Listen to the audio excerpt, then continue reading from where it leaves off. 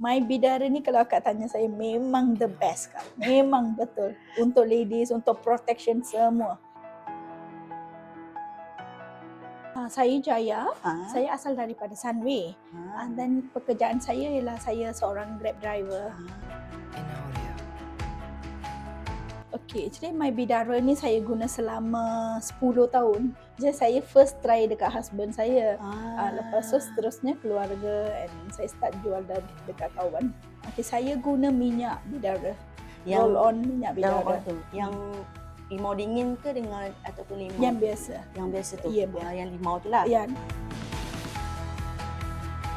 Suami saya almost 20 tahun dia ada gangguan. Macam malam susah nak tidur, dia cakap macam ada benda-benda macam unik, pelik. Lepas tu saya dah berubat banyak tempat, memang tak boleh berubat. So berubat dia datang balik, berubat dia datang balik. So sekali saya tengah jalan tu, saya jumpa banner My Bidara. Cakap why not kita try My Bidara ni last part. Lepas tu try, hari-hari saya call suami saya. Dan dia cakap tak ada, hari ni tak ada. So hari ni tak ada. So selama 3 bulan saya continuous tanya dia. Dia cakap memang tak ada. So lepas tu seterusnya macam saya, lepas tu anak, family saya start guna ni. Dia punya macam lemah. Dia cakap letih bila dia macam benda tu bila tekan dia. Dia cakap pernah letih, macam financial issue dia sering ada. Sebab benda negatif kan biasa sentiasa ada financial issue. Bila pakai minyak ni dia terus tak bangun, dia tidur je. Within macam few seconds saja boleh tidur. Okay, selepas penggunaan, sebab since saya buat Grab driver, saya ada jumpa banyak customer yang macam pelik-pelik. Dia macam ada negativity dekat dia. Bila saya pakai benda ni, dia tak macam ganggu atau dia boleh terasa.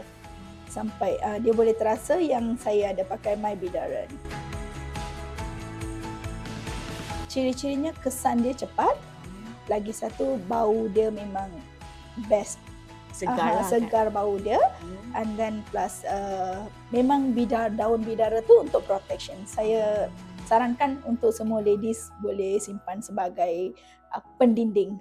Seriously nak cakap, on the spot dia boleh tengok. Macam malam tu dia apply, since malam tu dia tak ada dah. So far dari family saya yang saya cakap saya amalkan 10 tahun memang bagus, tak ada apa-apa complain. Dengan customer Grab saya try, anak dia malam-malam meraung, menangis. Dia try beli dengan saya. Memang saya setiap hari follow up dengan customer saya. So bila follow up, dia orang cakap memang bagus. Anak dia tak nangis malam tu, terus tidur.